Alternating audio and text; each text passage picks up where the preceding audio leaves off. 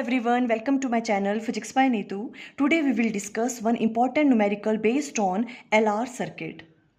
देखो जो ये वाला क्वेश्चन है ये आपकी class 12th chapter 7 alternating current का है। जो ये वाला न्यूमेरिकल है आपके एनसीईआरटी बुक का है, काफ़ी इंपॉर्टेंट न्यूमेरिकल है। देखो क्या है, a coil of inductance 0.50 Henry and resistance 100 ohms is connected to a 240 volt and 50 hertz AC supply। आपके पास इंडक्टर और रेजिस्टेंस गिवन है, ये दोनों सीरीज में कनेक्ट हैं विद एन AC सर्किट। और आपको गिवन क्या क्या है, देखो सबसे पहले गिवन क्या क्या है हम वो राइट डाउन कर लें। ठीक है, तो देखो आपके पास रेजिस्टेंस की वैल्यू गिवन है 100 ohms, तो capital R equal to 100 ohms हमने राइट डाउन कर लिया। फ्रीक्वेंसी की वैल्यू आपको गिवन है 50 हर्ट्स, हमने फ्रीक्वेंसी राइट डाउन कर ली, F इक्वल टू 50 हर्ट्स। ठीक है, इंडक्टेंस की वैल्यू गिवन है आपको, इंडक्टर की मीन्स कैपिटल L की वैल्यू गिवन है 0.50 हेनरी, ये इंडक्टेंस की वैल्यू हो गई। क्लियर। और क्या गिवन है आपको, देखो आपको वोल्टेज की वैल्यू गिवन है। ठीक है, 240 वोल्ट, ये कौन सी वाली होती है, ये वाली जो EMF की वैल्यू है ये कौन सी होती है आपके पास, V इफेक्टिव, या तो आप इसे कह सकते हो VRMS। उसकी वैल्यू आपको गिवन है कितना, 240 वोल्ट। बट हमें किसकी वैल्यू चाहिए होती है, पीक वैल्यू, V0 की वैल्यू चाहिए होती है। ठीक है, तो V0 जो है V इफेक्टिव से और VRMS से किस तरह से रिलेटेड होता है, V इफेक्टिव किसके बराबर होता है, V0 डिवाइडेड बाय √2। तो यहाँ से हम V0 की वैल्यू कैलकुलेट कर सकते हैं। V0 की वैल्यू किसके बराबर आ जाएगी, इसको क्रॉस मल्टीप्लाई कर लो, V इफेक्टिव मल्टीप्लाई बाय √2, है ना। तो देखो V0 की वैल्यू क्या आ जाएगी, यहाँ पे V इफेक्टिव की वैल्यू आपको गिवन है 240, है ना, 240 मल्टीप्लाई बाय √2, तो ये V0 की वैल्यू आ गई आपके पास। तो ये सारी वैल्यूज आपको गिवन है, सबसे पहले आप इस तरह से राइट डाउन कर लोगे। क्लियर। ओके, अब देखो फर्स्ट पार्ट में आपको फाइंड आउट क्या करना है, what is the maximum current in the coil. आपको मीन्स I0 की वैल्यू फाइंड आउट करनी है। ठीक है, अब देखो जब भी हम LR सर्किट की बात करते हैं मीन्स रेजिस्टेंस और इंडक्टर सीरीज में कनेक्ट होते हैं, तो जो करंट होता है वो लैग करता है वोल्टेज से बाय फेज एंगल फाई। वही हमने चीज राइट डाउन की है, we know that in LR circuit current lags behind the voltage by phase angle phi. और फिर हमने ये वाला रिलेशन फाइंड आउट किया था, जो आपके पास peak value of voltage and peak value of current है, उनके बीच में ये वाला रिलेशन आता है जब हम सीरीज LR सर्किट की बात करते हैं। और इसमें क्या कहा हमने, करंट लैग करता है वोल्टेज से बाय द एंगल फाई। देखो मैं आपको बता दूं हमने कहाँ पे की थी ये वाली डेरिवेशन, पहले आपको वो पता होनी चाहिए तभी आप ये क्वेश्चन सॉल्व कर सकते हो। देखो ये वाला AC circuit with resistance and inductance in series, इसमें हमने क्या किया था, रेजिस्टेंस और इंडक्टर को सीरीज में कनेक्ट किया था विद एन AC सोर्स, है ना। फिर क्या करते थे हम, देखो इसकी जो हमने इस तरह से फेजर डायग्राम बनाई थी इसकी, ये था आपके पास उन दोनों रेजिस्टेंस एंड इंडक्टर की वजह से जो पीक वैल्यू आती है वोल्टेज की, वो ये वाली है। इन दोनों का जो कंबाइंड इफेक्ट होगा V0, है ना। और यहाँ पे देखो I0, तो यहाँ से हमें देखो फेजर डायग्राम से पता चल रहा है जो करंट है वो वोल्टेज से क्या कर रहा है, लैग कर रहा है, पीछे रह रहा है बाय द एंगल फाई, है ना। या तो आप कह सकते हो वोल्टेज लीड कर रही है, V0 क्या कर रही है, लीड कर रही है करंट से, कितना, बाय द एंगल फाई। फिर हमने क्या किया था, यहाँ पे देखो इस तरह से रिलेशन हम फाइंड आउट करते थे, हम ये डेरिवेशन कर चुके हैं। ठीक है, और अगर आपने ये वीडियो नहीं वॉच किया है तो देखो इसका आप सर्च करना है इसमें LR circuit by physics by Neetu, तो ये वाला आ जाएगा आपके पास, आप वहाँ पे अच्छे से इसको अंडरस्टैंड कर लेना पहले।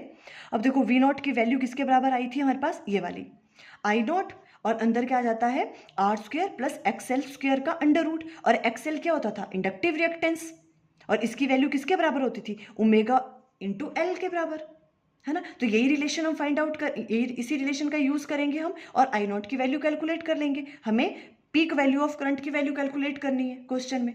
ठीक है, तो देखो वही चीज हम यहाँ कर रहे हैं, देखो ये वाला रिलेशन हमने यूज किया यहाँ से, V0 equal to I0 R² plus XL का स्क्वायर अंडर रूट। ठीक है, और इसे हम कैसे राइट डाउन कर सकते हैं, देखो I0 R² वैसे रहेगा, और इंडक्टिव रिएक्टेंस को हम राइट डाउन करते हैं ओमेगा L। ठीक है, तो ओमेगा² L² आ जाएगा अंडर रूट। क्लियर है, यहाँ से हमें I0 की वैल्यू कैलकुलेट करनी है, I0 किसके बराबर आ जाएगा, V0 डिवाइडेड बाय ये पूरी चीज। ठीक है, अब देखो आपको ये सारी वैल्यूज गिवन है, बस आपको सिर्फ वैल्यूज पुट करनी है यहाँ पे।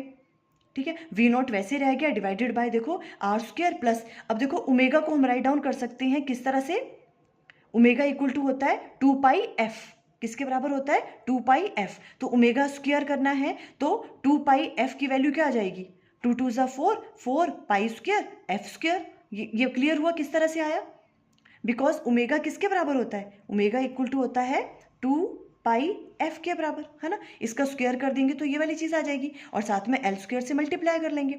ये सारी वैल्यूज पुट करेंगे, देखो सब कुछ आपको गिवन है।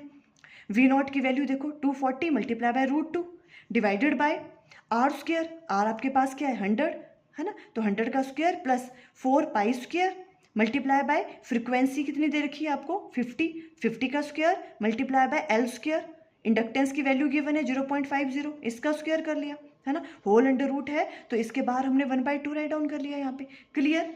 इसको देखो सॉल्व करेंगे तो आपके पास करंट की वैल्यू आ जाएगी आई नॉट 1.82 एम्पेयर।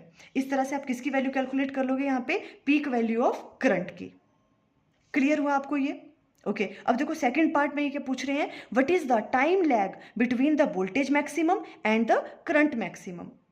क्योंकि हमने क्या कहा, एलआर सर्किट में क्या होता है, जो करंट है वो लैग करता है वोल्टेज से by the angle phi. Current पीछे रह रहा है वोल्टेज से बाय द एंगल फाई, है ना। वो टाइम लैग आपको बताना है, ठीक है। उसके लिए देखो क्या फॉर्मूला होता है, देखो कितना टाइम लैग हो रहा है, ये सेकंड पार्ट कर रहे हैं हम, ठीक है। उसे हम डिनोट करते हैं डेल्टा टी से। और टाइम लैग निकालने का फॉर्मूला आपके पास होता है delta T equal to phi divided by omega. ये चीज़ आपको याद रखनी है, ठीक है। फाई क्या था, जो उनके बीच में फेज एंगल था, है ना। किस किस के बीच में, करंट और वोल्टेज के बीच में, फाई डिवाइडेड बाय ओमेगा। तो इसके लिए हमें पहले क्या पता होना चाहिए, हमें फाई की वैल्यू फाइंड आउट करनी पड़ेगी, ठीक है। तो देखो ये जो हमने फाई की वैल्यू है ये भी हमने उसी डेरिवेशन में की थी। किस तरह से, देखो दोबारा देखो, यहाँ पे हमने ये वाली चीज़ की थी यहाँ पे, ठीक है। यहाँ से अब यहाँ से हमने क्या निकाला था, फाई की वैल्यू निकालने के लिए हमें tan फाई का यूज़ करते थे, देखो tan फाई, ठीक है। तो tan फाई की वैल्यू क्या आएगी यहाँ पे, देखो अगर हम इस वाले ट्रायंगल की बात करें, देखो इस वाले ट्रायंगल की बात करें तो यहाँ से tan फाई की वैल्यू क्या आएगी आपके पास, परपेंडिकुलर अपॉन बेस, ठीक है। परपेंडिकुलर क्या है आपके पास, ये वाली चीज़, है ना। परपेंडिकुलर, देखो परपेंडिकुलर ये वाली चीज़ है ना। V naught L perpendicular upon base, base की वैल्यू क्या है वी नॉट आर, ये वाली जो वैल्यू है ना। अगर हम वोल्टेज की फॉर्म में राइट डाउन करें तो वी नॉट आर, तो V naught L divided by V naught R, ये वाली चीज़ है। तो यही चीज़ यहाँ पे राइट डाउन की थी, देखो हमने tan फाई। अगर हमें फाई की वैल्यू कैलकुलेट करनी होती थी तो V naught L divided by V naught R. और देखो v इक्वल टू किसके बराबर होता है, आई आर के बराबर, है ना। तो यहाँ पे क्या राइट डाउन करेंगे, आई नॉट। हम इंडक्टेंस की बात कर रहे हैं, जब इंडक्टर कनेक्ट होता है तो इंडक्टर में रेजिस्टेंस को किससे डिनोट करते थे हम, इंडक्टिव रिएक्टेंस से, एक्सएल से, है ना। तो आई नॉट एक्सएल हो जाएगा और यहाँ पे वी नॉट आर मीन्स हम रेजिस्टर की बात कर रहे हैं। तो रेजिस्टेंस में किस तरह से फाइंड आउट करते हैं हम, वी की वैल्यू आई इंटू आर। तो यहाँ पे आई नॉट पीक वैल्यू और किसकी और किससे मल्टीप्लाई कर देंगे, रेजिस्टेंस से आर। आई नॉट से आई नॉट कैंसिल आउट हो जाता है और XL divided by capital R. यहाँ से हम tan फाई की वैल्यू, देखो यही हम यूज़ कर रहे हैं, ठीक है। मैंने इसलिए बता दिया था आपको कन्फ्यूजन ना हो कि ये वैल्यू कहाँ से आई। tan फाई इक्वल टू होता है एक्सएल डिवाइडेड बाय आर, ये वाली चीज़, ठीक है। ये आपको याद होना चाहिए रिलेशन। अब देखो tan फाई इक्वल टू किसके बराबर हो जाएगा, यहाँ से एक्सएल किसके बराबर होता है, ओमेगा इंटू एल, है ना। तो ये ओमेगा इंटू एल हम राइट डाउन कर लेंगे और नीचे आ जाएगा आर रेजिस्टेंस। और ओमेगा हमें पता है, ओमेगा किसके बराबर होता है, 2 पाई एफ के बराबर, बिकॉज वी नो ओमेगा किसके बराबर होता है, 2 पाई एफ। ये रिलेशंस आपको पता होने चाहिए, 2 पाई एफ इंटू एल और आर के साथ हमें डिवाइड कर लिया। सारी वैल्यूज आपको गिवन है, देखो 2 मल्टीप्लाई बाय 5, फ्रीक्वेंसी की वैल्यू आपको गिवन थी 50 और आपको इंडक्टेंस की वैल्यू भी गिवन है 0.50 और रेजिस्टेंस की वैल्यू गिवन है 100।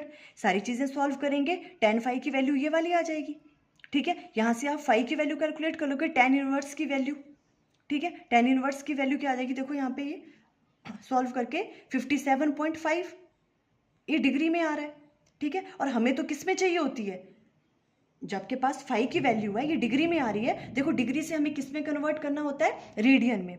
ये चीज़ भी आपको याद रखनी है, डिग्री से रेडियन में कैसे कन्वर्ट करते हैं, हम कर चुके हैं सब चीज़ें पहले, है ना। 57.5 डिग्री से रेडियन में जाना है तो क्या करते हैं, मल्टीप्लाई कर देते हैं पाई डिवाइडेड बाय 100 से, ठीक है। इसको मल्टीप्लाई कर देंगे पाई बाय 100 से, इतना रेडियन बन गया ये, ठीक है, बस अब फाई की वैल्यू आपके पास आ गई, ये वाली वैल्यू यहाँ पुट कर दो, तो डेल्टा टी टाइम लैग किसके बराबर आ गया, फाई की वैल्यू ये वाली है 57.5 multiply by pi divided by 180, ये वाली चीज़, और साथ में नीचे क्या है ओमेगा, 1/ओमेगा, इस तरह से आ गया।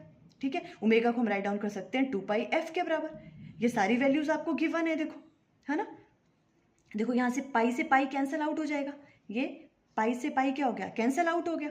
ठीक है, और ये वाली चीज़ यहाँ पे रह गई, 2 मल्टीप्लाई बाय फ्रीक्वेंसी की वैल्यू आपको 50 गिवन है, ये सॉल्व करेंगे और जो आपके पास टाइम लैग है उसकी वैल्यू ये वाली आ जाएगी 3.19 इंटू 10⁻³ सेकेंड।